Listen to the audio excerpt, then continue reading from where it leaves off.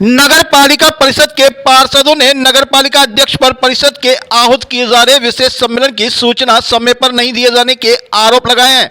इसी के साथ श्योपुर कलेक्टर लोकेश कुमार से परिषद के सम्मेलन को निरस्त किए जाने की मांग की है। वहीं आरोप लगाए हैं कि नगर पालिका अधिनियम के अनुक्रम में साधारण सम्मेलन की सूचना पार्षदों को 7 दिवस पूर्व एवं विशेष सम्मेलन की सूचना 3 दिवस पूर्व दिए जाने का प्रावधान है, जबकि 15 मार्च को आहूत किए गए सम्मेलन जिसकी सूचना हम पार्षदों को 1 दिवस पूर्व दी गई है और बजट जैसा गंभीर प्रकरण स्वीकृत हेतु रखा गया है, जिससे ऐसा प्रतीत होता है कि नगर पालिका अध्यक्ष मनमर्जी से बजट स्वीकृत करना चाहते हैं। इसलिए हम पार्षद गणों को 1 दिन पूर्व सूचना दी गई। वहीं रमजान माह के विशेष दिन शुक्रवार को परिषद का सम्मेलन करने की घोषणा की गई, जिससे कि हमारी अनुपस्थिति में पूरे वर्ष भर की नगर विकास की रूपरेखा का बजट मनमर्जी से स्वीकृत कर सके। पार्षद सलाउद्दीन ने कहा कि नगर परिषद के विशेष सम्मेलन को निरस्त करने की मांग को लेकर कलेक्टर को ज्ञापन सौंपा है, जहाँ कलेक्टर लोकेश कुमार जहांगीर ने उक्त तिथि को आयोजित होने वाले सम्मेलन को निरस्त करवाए जाने के निर्देश भी संबंधितों को दिए हैं। वहीं नगर पालिका के पूर्व अध्यक्ष दौलतराम गुप्ता ने आरोप लगाए हैं कि परिषद का सम्मेलन जो बुलाया गया है वह नियमों के विपरीत है।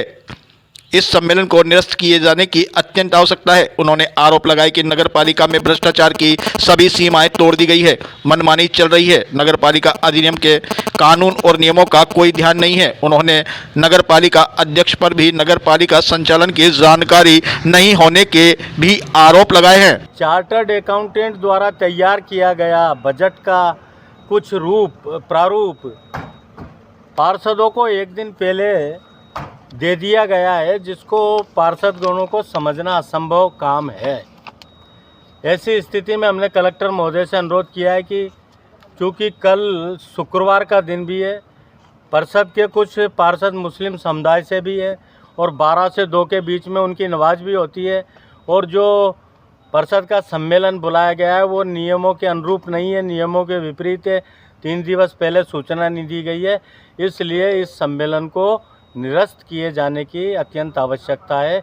निरस्त कराए जाने का हमने अनुरोध किया है और माननीय कलेक्टर महोदय को मैं आपके माध्यम से भी धन्यवाद देता हूं।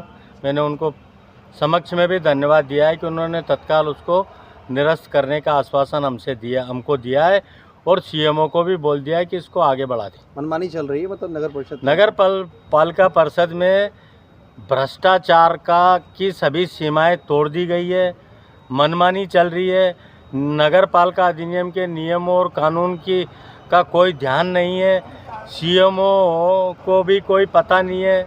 नियमों की बात करते हैं तो वो नियमों के बारे में कह देते हैं अध्यक्ष महोदय से बात करो, अध्यक्ष महोदय कह देती है मैं कुछ जानती ही नहीं हूँ। और वास्तविकता भी यह है कि अभी लगभग 2 वर्ष पूरे हो गए हैं और अध्यक्ष महोदय को शायद अभी नगर पालिका परिषद कैसे संचालित होती है इसका पूर्ण रूप से ज्ञान नहीं हो पाया है।